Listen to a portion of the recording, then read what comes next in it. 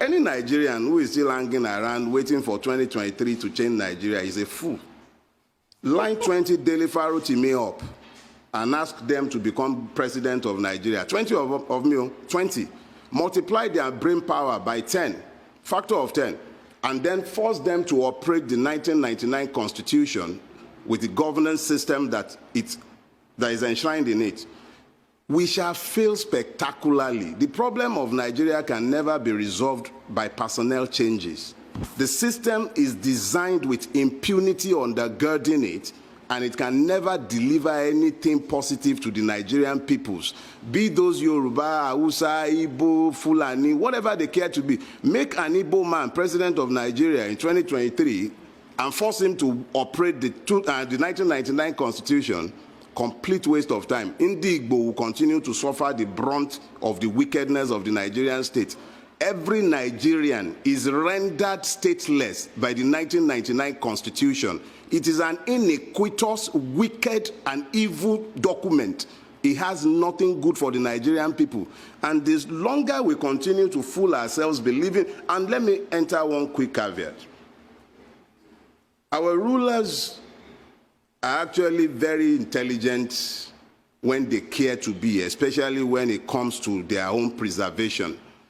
And I know as a fact that they're already making noises about restructuring in Abuja. The Mace Snatcher and the Lawan and that one that calls himself Baja, all of them are sat there running helter-skelter, cobbling together some lies that they intend to sell to us as constitutional, what do they call it, amendments.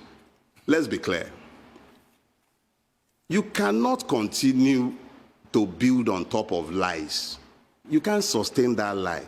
And as long as justice is missing in a place, you continue to have strife. We need to tell ourselves the truth, and that truth is that the closest we can come to normalcy in Nigeria is to have a return to the original agreements that founded this country. Those agreements are very clear in their fundamentals. One of them, federal system. Nigeria is today not a federal system. Let's stop lying to ourselves. The word federal was brought to life by the American election. Each state has its own electoral body because it is essentially a country within a larger country. That was what our fathers agreed. Nobody agreed a situation where a clueless man will sit down inside a rock and begin to issue edicts and diktats to every other person. Nobody signed on for that in 1960.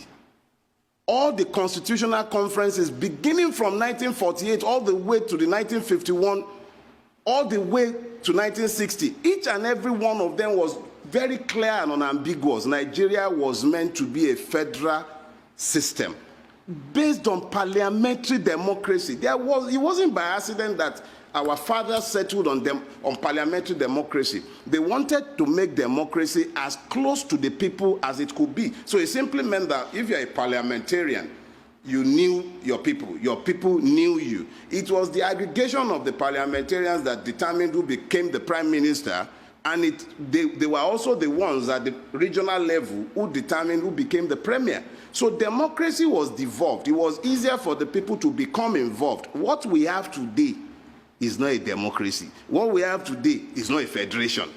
We've just become a nation of liars who readily accept every lie that we are told.